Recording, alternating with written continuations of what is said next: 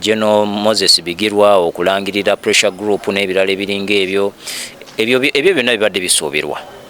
Ebyo byesuubira mu mbeera kubanga olunaku olwaleero njagala mbabulire bannayuganda tutambulira mu mbeera gye bayita political confusion. Kyekireeseewo okuwambibwa kw'abantu, kyekireeseewo okubeera nti eggwanga lifugibwa out of the law nga tewaliwo rule of law, kyekireeseewo okulinnyirira eddembe ly'obuntu, kyekireeseewo obwavu mu ggwanga, kyekireeseewo okubba ssente mu ggwanga nti kaakati bwe tunaateekawo pressure group nga yeebusoga ssente z'eggwanga tezigenda kuddamu kubbibwa. Bwetaavu kinze bwensisinkana Bigirwa kyensobola omubuuza.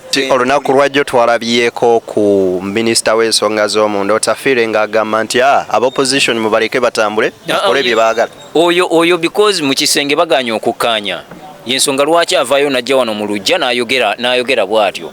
Gwe muganda wange agenda mu maaso n'okungoberera njagala agenda mu maaso n'okubeera nga nkwebaza kubanga okoze ekisinga okubeera ekikulu.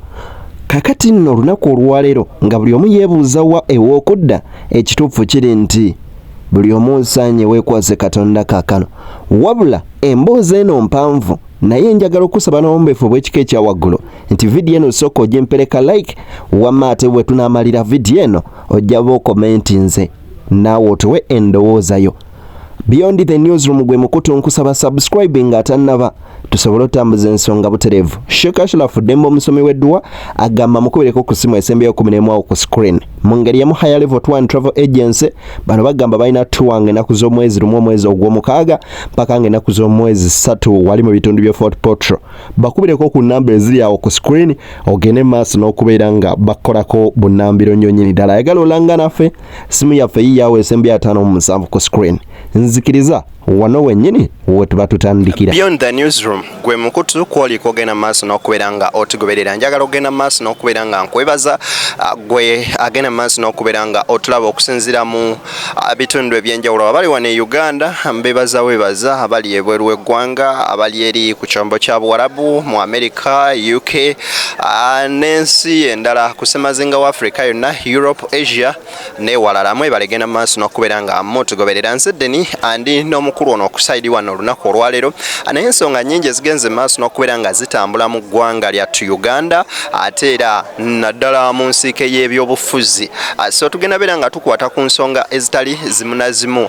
We twogerera olunaku olwaleero nga omubaka Ssekikubo naye akyagenda maaso n'okubeera nga akuŋŋaanya emikono gy'abo abagamba nti abakulu bali bakola nsobi okugenda maaso n'okubeera nga bakwata mu kibbo ate katugende maaso n'obajjamu obwesigwa. Ate era mu ngeri y'emu twagenze maaso n'okulaba nga olunaku lw'eggulo omwami amanyikiddwa nga Bigirwa wali eri mu Busoga nga ateekawo kiyayise pressure group. So zezimu ku nsonga zetugenda okubeera nga atwogerako olunaku olwaleero. Omukulu nsanyusa okulaba.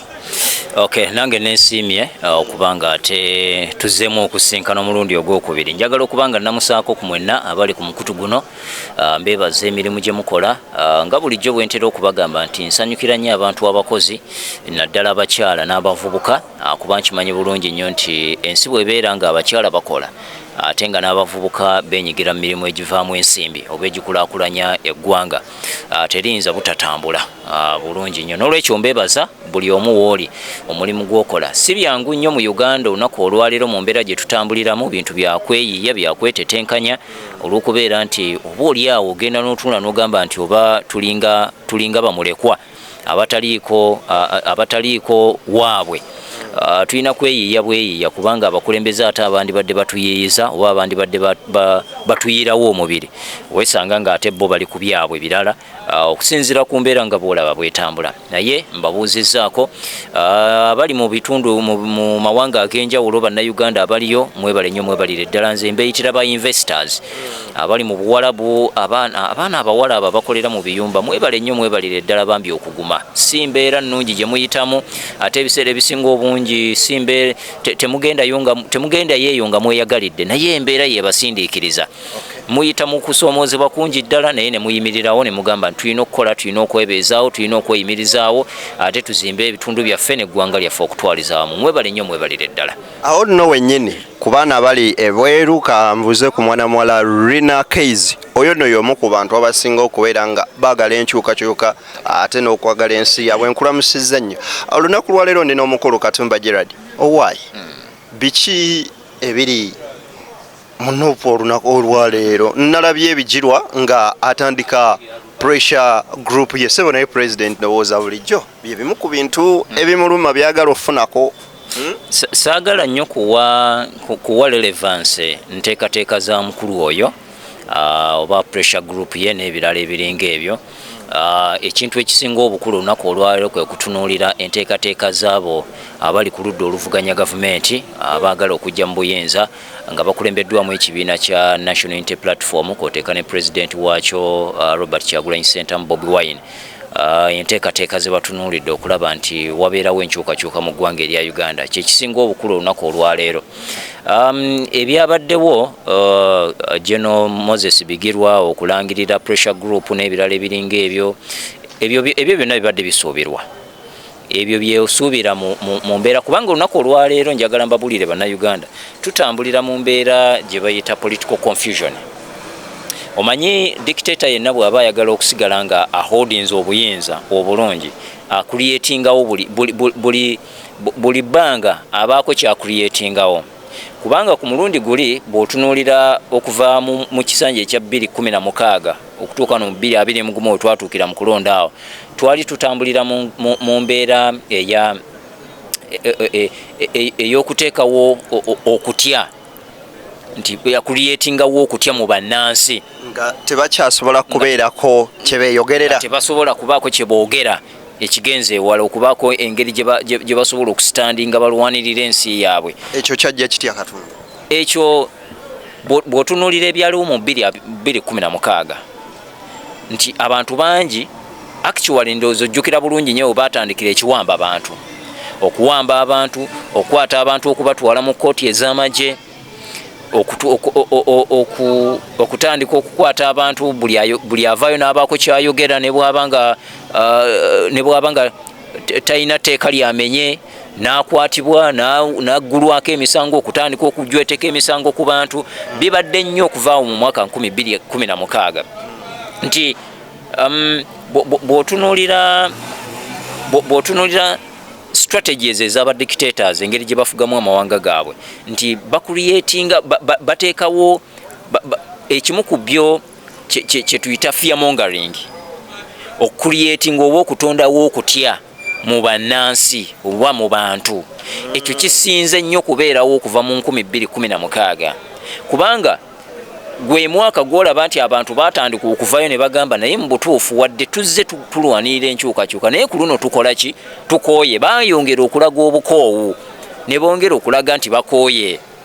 Era olaba nti gwe mwaka abavubuka we batandikira okuba nti balingiza ebyobufuzi ne bagamba naye kiki ekigenda mu maaso, lwakuba nti baabulwa omuntu ali strategic ennyo abakulembera ng'ayogera lulimi lwabwe. Era olaba bangi baave ne bagoberera ne musajja mukulu muzeeyi mukulu John Patrick Amama Mbabazi ng'ekyokola tebakola ki? Nga tebakirina, nga balaba nti ate ababaddewo era bulijjo be baliwo n'olwaleero. Era kyeva olaba nti Robert Kyagulanyi Ssentamu yalengera mangu nnyo 2017 n'akola ki? Najja ng'amaze okulengera nti waliwo gaapu. Yabala nti waliwo gaapu mu bufunze, yagenda okulaba ng'asanze bannayuganda abalina ennyota. That is it. Nga waliwo ennyota, waliwo gaapu etannaba kujjuzibwawo. Abajja yes bajja bannayuganda baga tetulina kyakola katugoberera ono, tewali kyakola katutambule noono, naye nga mu butuufu beetaagayo eddoboozi eri omuntu ayogeranga bo kubanga abavubuka by then baali bakooye okwawukanako ku myaka emirala mu 2016 2016 okwawukanako ku myaka egyesatu ku mirundi egyesatu okulonda okwaliyo 2016 abavubuka baali batandise okulaga sayini nti bakoze eki? Bakooye. Era nga bazuukuse baali bazuuka, naye wabaddewo tendensi nti ebyobufuzi byaffe byatuulwako. Dictator yenna bw'atyo bwakola tabakkiriza kubeera nga muli innovative mu byobufuzi. Kyoyagala okutegeeza nti yadde tuli mu nfoga ya multi-party naye multi-party yatuulibwako. Waliwo multi-party politics mu ggwanga erya Uganda. Ekyo kiri mu theory but practically it is not. Tukyali muguli anti olunaku lwajjo twalabyeko ku minisita w'ensonga z'omunda Otafiire ng'agamba nti aba opposition mubaleke batambule bakole bye baagala. oyo because mu kisenge baganya okukkaanya yensonga lwaki avaayo najja wano mu lujja n'ayogera bw'atyo mu kisenge baganya okukkaanya kyogamba nti akirabye lwaleero nti ab'opposition balina okulekebwa ne batambula oluvannyuma lw'emyaka egigenda mu 40 nga bali mu buyenzi. Si buli kadde nti ovaayo n'oyogera kakati wavuddeyo okwogera I think ng'ab'opposition bandibadde bakirecognizing ekyo. Si buli kadde nti ovaayo n'oyogera naye ate buli kadde abadde mu position ez'obuyinza ezisobola okumuwa authority okwogera ku bintu ng'ebyo ebintu byayogera yali asobola okubyogera ne mu 21. So kakati bino byonna bye tulaba olunaku olwaleero pressure groups ezitondebwawo n'ebirala biri ebyo byonna those are the strategies ezidisorganizinga bannayuganda okuleetawo kye tuyita political confusion. Olunaku olwaleero kati kyekiriwo kubuzaabuza bannayuganda nakubateeka mu mbeera ey'okusoberwa mu byobufuzi nti kakati ani mutuufu. Olaba Jeno Bigirwa agamba nti kakati nange ntonzeewo ekyange kakati mu butuufu omusajja nga abadde ayiwawo omubiri kati tugobereraani awo kiba kikolera dictator nti muba mweyawula wano. System of divide and rule. That is it. You are confusing the population, you are confusing Ugandans. Yes, we want change, but we are seeing this one is going the other way. The other one is going the other way. We have been following this one. He has been so vibrant for change, but you see, he is saying this. That confusion yeyo. Katumba, kyoyagala okugamba nti Bigirwa abadde omusege omanyi gulira munda. Oyinza ogulundira mu ndiga ngolowooza ndiga kumbe guli mu kuzirya ziggwawo. Tugambe nti nabadde aliira ekibiina munda. Kisoboka okuba sisobola kiwaako bujulizi nti ddala kituufu naye ate nga kisoboka because this is politics. Bw'otunuulira n'ebyafaayo bye bw'azze atambula mu politics kubanga kye kimu ku bye tusooka okutunuulira nti omuntu azze atambula atya mu politics, azze atambula atya ku nsonga ezikwata ku national issues, azze ebigambo bye bibadde bitya, abaddeko wa bwe yavaawo n'addawa era yayogerako ki azze amaintaining ebigambo byazze ayogera azze abitambulirako era ng'abikuuma n'ebirala ebiringa ebyo kati bingi bye tusobola okuba nga tutunuulira. Naye kisoboka okuba nti abadde ng'ali ku opposition nga naye nga oba oliawo nga agiryamu buli lukwe oba nga agibega bubezi, kisoboka okuba nga abadde ddala nga waddala ng'abadde mu butuufu musajja mulwanirizi wa nkyukakyuka nga kati byamusobyeko busobi oba nga bw'atyo bwe yasazeewo because politics mu byobufuzi buli muntu asobola okusalawo mu ngeri gy'aba akoze eki gy'abeera ayagadde gy'abeera alabye. However nga mu byonna bye tusalawo ku nsonga z'ebyobufuzi tulina okulowooza okusinziira nze nga bwe njagala kankole bwe nti nze okusinziira nga bwe njagala bwe tunaatambulira ku individual merit, individual benefit nga gwe weeroozako nze okusinza anti tebakyanjagala mu kibiina kya NUP ate tebakyanjagala kati nange kantandikawo pressure group eyaki pressure group eyange. Tekiriiwo nti buli muntu agenda kubanga asuusuutibwa mu NUP, tekiriwo nti buli muntu agenda kubanga asuusuutibwa mu FDC oba mu DP. Bangi be bagoba mu FDC ng'olunaku olwaliro bakyaliwo n'agamba nti oke wadde kale bangobye mu FDC naye nze nkyali mulwanirizi wa nkyukakyuka, wadde banzijje mu DP nkyali mulwanirizi wa nkyukakyuka kubanga baatunulira obwetaavu bwa bannayuganda. Yes. Kakati awo wennyini pressure groups zino zirina engeri gye zikosaamu opposition oba kale directly pressure group yabigirwa erina engeri wenyigira nuupu teinaawo ngeri yonna gyenyinza kukosaamu NUP ng'ekibiina, teina ngeri yonna gyesobola kukosaamu nga enteekateeka ey'enkyukakyuka because bannayuganda bamanyi kye baagala, bakimanyi bulungi nnyo. Bo bannayuganda ng'abantu aba bulijjo bamanyi ki kye bakola ki, bamanyi ki kye baagala specifically oba kiki bo baagala buyinza nga bukyuse. Ekyo kye baagala gavumenti mpya, baagala obuyinza gavumenti ebadde mu buyinza emyaka emiwanvu edde ku mabbali tufune gavumenti empya egenda okuba nga etambuza eggwanga. Ekyo kye baagala. Obwetaavu bwabwe tebuli ku pressure groups. So kati ne bwagiteekawo era egenda kutambulira ku bigendererwa ebyabatono baagala ne bagamba nti kati naffe wetuteeka pressure group eno ekitegeeza bwe tunaawagala ne bagamba nti kati nze bampita president wa pressure group eno kitegeeza ne bwe naakubira omuntu wakasimu agenda kulikorganizinga erinnya lyange ne bwe naamusaba akakadde ajja kampa ne bwe naaga nti kakati njagala facilitation bwezi tibajja kuzimpa ono agambe nti kakati nze ssabawandiisi wa pressure group eyo ate nze nkwata sente simanya nze nkola nti abatono abo omanyi bwe twali mu biseera by'okulonda bangi babeeranga ne groups nga bazicreating naganze nina abantu abanzikiririzaamu omuwendo bwe guti bw'onkolera kironde kino bwe kiti nze bonna mbakuleetera tugambe nti nga tuyingira mu kadde ak'okulonda oba aka campaign 2025 nga tugenda mu 2026 abantu abamu ebiruubirirwa byabwe batandise okulengera mu maaso ebiruubirirwa biri individual biri selfish bye batunuulidde ebiruubirirwa kati ebiseera ebisinga obungi olunaku olwaleero bw'olaba muli muntu yenna avaayo kati ebiruubirirwa byabwe biri selfish tebiri beneficial ku bannayuganda bonna okutwalizaamu kubanga pressure group gy'osobola okugamba nti kati weesigama ku lunaku olwaleero kiki ky'oyinza okuleeta ekiyinza okumenyawo people power in a real sense